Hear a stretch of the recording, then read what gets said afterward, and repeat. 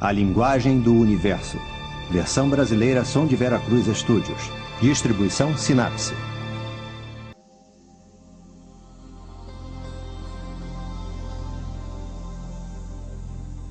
Esse é o Rio Nilo.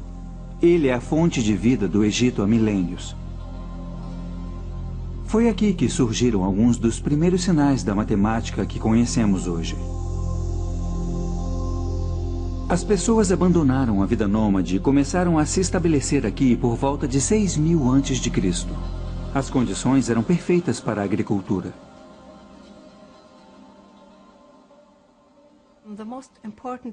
O evento mais importante na agricultura egípcia a cada ano era a cheia do Nilo. Então ela foi usada como marcação do início de cada ano.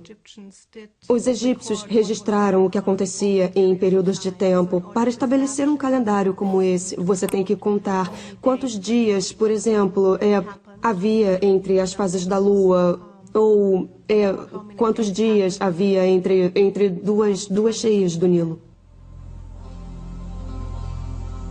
Registrar os padrões das estações era essencial não só para a gerência da terra, mas também para a religião.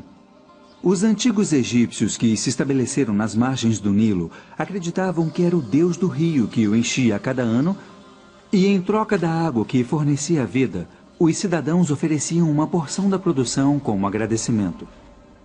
Quando os assentamentos ficaram maiores, se tornou necessário encontrar maneiras de administrá-los. Era preciso calcular porções de terra, fazer previsão das colheitas e cobrar impostos. Resumindo, as pessoas precisavam contar e medir. Os egípcios usavam seus corpos para medir o mundo. E foi assim que as unidades de medidas evoluíram. Um palmo era a largura de uma mão. Um cúbito, a distância entre o cotovelo e as pontas dos dedos. Os cúbitos de terra, faixas de terra medindo 1 cúbito por 100, eram usados pelos topógrafos dos faraós para calcular áreas. Há uma relação bem forte entre a burocracia e o desenvolvimento da matemática no Antigo Egito, e nós podemos vê-la desde o início da invenção do sistema numérico. Através da história egípcia até o Velho Reinado, a única evidência que temos é dos sistemas metrológicos, que são medidas diárias por extensão. Isso aponta a necessidade burocrática de desenvolver essas coisas. Era vital saber a área das terras de um fazendeiro para ele poder ser taxado de acordo, ou para saber se o Nilo roubou parte de suas terras para que ele pudesse pedir abatimento.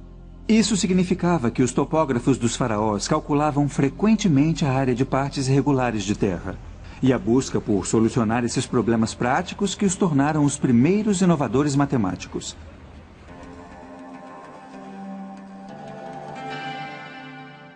Os egípcios precisavam de uma maneira de registrar os resultados de seus cálculos. Entre todos os hieróglifos nas lembrancinhas turísticas espalhadas pela cidade do Cairo, eu estava à caça daqueles que registram os primeiros números da história. Eles são difíceis de serem encontrados. Mas, enfim, encontrei. Os egípcios usavam um sistema decimal motivado pelos 10 dedos das mãos. O sinal de 1 era um risco. 10 era um osso de calcanhar, 100 um rolo de corda e 1000 eram plantas de lótus. Quanto é essa camiseta? Ela custa 25 libras. 25? É. Então são 2 ossos de calcanhar e 5 riscos. Isso. Então não vai me cobrar nada disso aqui. 1 milhão aqui. 1 milhão? Meu Deus! Não, Esse não. é 1 milhão? 1 milhão é muita coisa. Os hieróglifos são bonitos, mas o sistema numérico egípcio era fundamentalmente simples. Eles não tinham o conceito de uma notação posicional. Então, um risco só podia representar uma unidade, não 100 ou 1000. Apesar de escrever 1 milhão com apenas um desenho e não os 7 que usamos, se você quisesse escrever 1 milhão menos 1, o pobre escriba egípcio teria que escrever 9 riscos, 9 ossos de calcanhar, 9 rolos de corda e assim por diante, num total de 54 desenhos. Apesar do inconveniente desse sistema numérico, os egípcios eram brilhantes solucionadores de problemas.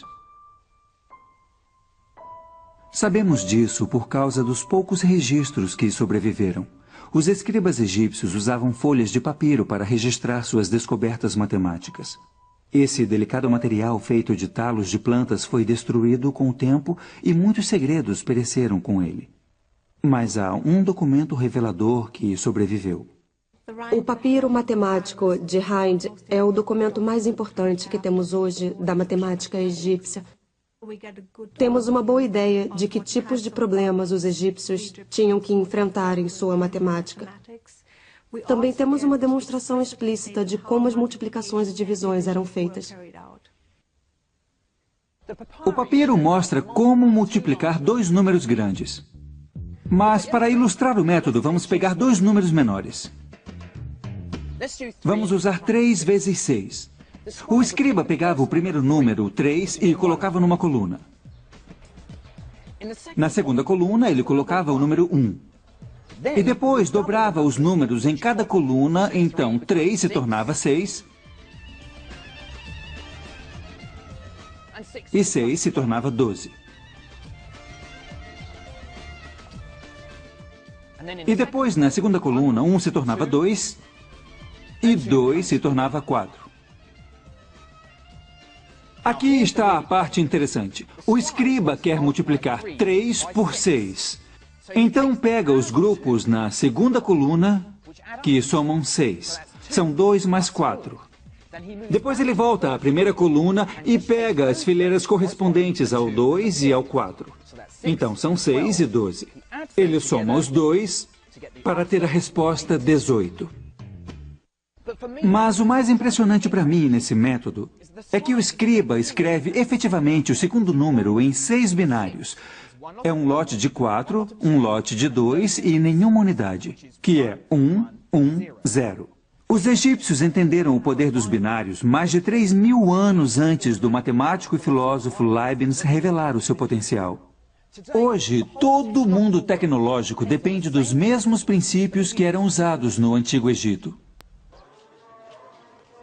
O papiro de Hind foi registrado por um escriba chamado Hermes por volta de 1650 a.C., e seus problemas buscam as soluções para situações cotidianas. Vários dos problemas mencionam pães e cerveja, porque era comum pagar os trabalhadores egípcios com comida e bebida. Um deles se preocupa em dividir 9 pães igualmente entre 10 pessoas, sem que houvesse briga. Eu tenho 9 pães aqui e vou pegar 5 deles e cortar pela metade. Claro que 9 pessoas poderiam pegar 1/10 do seu pão e dar um monte de migalhas a uma 10ª pessoa. Mas os egípcios desenvolveram uma solução mais elegante. Pegaram os outros 4 e dividiram em 3. Mas 2/3 eu vou cortar em 5, então cada pedaço vai ser a 15ª parte. Cada pessoa recebe uma metade, mais 1/3 e uma 15ª parte. É através de problemas práticos como esse que começamos a ver uma matemática mais abstrata se desenvolver. De repente, novos números entram em cena, frações. E em breve, os egípcios estariam explorando a matemática desses números. Frações são claramente de importância prática a qualquer um que queira dividir quantidades para pôr no mercado. Para registrar essas transações, os egípcios desenvolveram uma notação que registrava esses novos números. Uma das mais antigas representações dessas frações veio de um hieróglifo que tinha grande significado místico. Ele se chama Olho de Horus. Horus foi um antigo deus do reino, representado como metade homem, metade falcão. De acordo com a lenda, o pai de Horus foi morto por seu outro filho, Set. Horus estava determinado a vingar o assassinato. Durante uma batalha bastante violenta, Set arrancou o olho de Horus, o cortou e espalhou pelo Egito. Mas os deuses estavam cuidando de Horus e reuniram os pedaços e refizeram o olho. Cada parte do olho representava uma fração diferente. Cada uma é metade da fração anterior. Apesar de o olho original representar uma unidade inteira, o olho reunido é 64 avos menor. Apesar dos egípcios terem parado em 1/64, fica implícito nessa figura a possibilidade de adicionar mais, cortando pela metade cada vez até a soma chegar mais perto de 1, mas nunca chegando realmente nele. Essa é a primeira pista de algo chamado série geométrica e aparece em vários pontos do papiro de Hind. Mas o conceito de série infinita se manteria oculto até os matemáticos da Ásia o descobrirem séculos depois. Criando um sistema de números incluindo essas novas frações, era hora dos egípcios aplicarem seu conhecimento no entendimento de formas encontradas no dia a dia. Essas formas eram quadrados ou retângulos, raramente regulares, e no papiro de Hind achamos a área de uma forma mais orgânica, o círculo. O que é surpreendente no cálculo da área de um círculo é a exatidão. Como eles encontraram o método, ainda não se sabe, porque os textos que temos não nos mostram como foram obtidos. Esse cálculo é particularmente notável porque depende de vermos como a forma do círculo pode ser aproximada pelas formas que os egípcios já entendiam. O papiro de Hind diz que um campo circular com um diâmetro de 9 unidades tem a área próxima à de um quadrado com lados de 8 unidades. Mas como essa relação foi descoberta? Minha teoria preferida vê a resposta no antigo jogo da Mancala. Os tabuleiros de Mancala foram encontrados esculpidos nos telhados dos templos. Cada jogador começa com um número igual de pedras e o objetivo do jogo é movê-las pelo tabuleiro, capturando as peças do oponente no caminho. Enquanto os jogadores esperavam fazer sua próxima jogada, talvez um deles tenha percebido que às vezes as peças enchem os buracos circulares no tabuleiro da Mancala de uma maneira completa. Ele pode ter experimentado fazendo círculos maiores. Talvez tenha percebido que 64 pedras, o quadrado de 8, podem ser usadas para fazer um círculo com o diâmetro de 9 pedras. Reorganizando essas pedras, o círculo se aproximou de um quadrado. E porque uma área de um círculo é π vezes o raio ao quadrado, o cálculo egípcio nos dá o primeiro valor exato do π. A área do círculo é 64. Divida isso pelo raio ao quadrado. Nesse caso, 4,5 ao quadrado, e você tem o valor do π.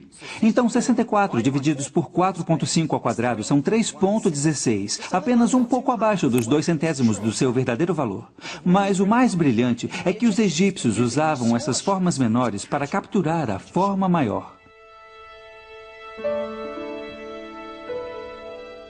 Mas há um símbolo impositivo e majestoso da matemática egípcia que ainda não tentamos desvendar: a pirâmide. Eu já vi tantas fotos que achava que não iria me impressionar com elas. Mas, vendo cara a cara, você entende por que são chamadas de uma das 7 maravilhas do mundo antigo. Elas são estonteantes e imagina o quanto mais impressionantes devem ter sido na sua época, quando as quinas eram afiadas como vidro, refletindo o sol do deserto. Para mim, parece que havia pirâmides espelhadas escondidas debaixo do deserto, o que completaria essas formas fazendo octaedros perfeitamente simétricos. Às vezes, na luz do calor do deserto, você quase pode ver essas formas. É a pista da simetria escondida dentro dessas formas que as torna tão impressionantes para um matemático. As pirâmides são um pouco curtas para criar essas formas perfeitas. Mas algumas sugerem que outro conceito matemático importante pode estar escondido dentro das proporções da Grande Pirâmide: a proporção áurea. Há 2 extensões na proporção áurea. Se a relação da mais longa com a mais curta for a mesma que a soma de 2 do lado maior, essa proporção é associada com as proporções perfeitas encontradas por toda a natureza e também no trabalho de artistas, arquitetos e designers do milênio. Se os arquitetos das pirâmides eram conscientes dessa importante ideia matemática ou eram instintivamente levados a ela por causa de suas propriedades estéticas satisfatórias, nunca vamos saber. Para mim, o mais impressionante nas pirâmides é a genialidade matemática necessária para fazê-las, incluindo a primeira alusão a um dos grandes teoremas do mundo antigo, o Teorema de Pitágoras. Para conseguir cantos de ângulos retos perfeitos em seus prédios e pirâmides, os egípcios usavam uma corda com um nós. Em algum momento, os egípcios perceberam que se passassem um triângulo com lados marcados por 3 nós, 4 nós e 5 nós, isso garantiria a eles um ângulo reto perfeito. Isso porque 3 ao quadrado mais 4 ao quadrado é igual a 5 ao quadrado. Então temos um perfeito triângulo de Pitágoras. Na verdade, quaisquer triângulos cujos lados satisfaçam essa relação nos darão um ângulo de 90 graus. Mas tenho certeza de que os egípcios não tinham essa generalização nos seus triângulos de 3, 4 e 5. Não podemos esperar encontrar uma prova geral, porque esse não é o estilo da matemática egípcia. Todo problema foi resolvido usando números concretos, e se uma verificação fosse feita no final, ela usaria o resultado e esses números concretos. Não há prova geral entre os textos matemáticos egípcios. Levaram uns 2000 anos até que os gregos e Pitágoras provassem que todos os triângulos retângulos partilhavam de certas propriedades. Essa não foi a única ideia matemática que os egípcios descobriram. Em um documento de 4000 anos, chamado de Papiro de Moscou, encontramos uma fórmula para uma pirâmide com o seu pico cortado, o que mostra a primeira pista de cálculos em andamento. Para um local como o Egito, que é famoso por suas pirâmides, é de se esperar que problemas como esse fossem constantes em seus textos matemáticos. O cálculo do volume de uma pirâmide cortada é uma das partes mais avançadas da matemática do Antigo Egito em relação aos nossos padrões modernos. Os arquitetos e engenheiros certamente queriam essa fórmula para calcular a quantidade de material exigida para suas construções.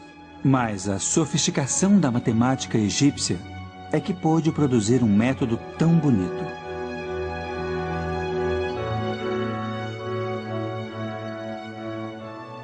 Para entender como eles chegaram à sua fórmula, comece com uma pirâmide em que o ponto mais alto fique exatamente em cima de um ângulo. 3 desses podem ser reunidos para fazer uma caixa retangular, fazendo com que o volume da pirâmide inclinada seja 1/3 do volume da caixa. Isso é a altura vezes o comprimento vezes a largura divididos por 3. Aí vem um argumento que mostra as primeiras pistas do cálculo usado milhares de anos antes de Gottfried Leibniz e Isaac Newton criarem a teoria. Imagine que você cortasse a pirâmide em fatias. Poderia então arrastar as camadas para fazer uma pirâmide mais simétrica, como vemos em Giza. No entanto, o volume da pirâmide não mudou, apesar da reorganização das camadas. Então, a mesma fórmula funciona. Os egípcios eram inovadores incríveis, e sua habilidade de gerar a nova matemática era desconcertante.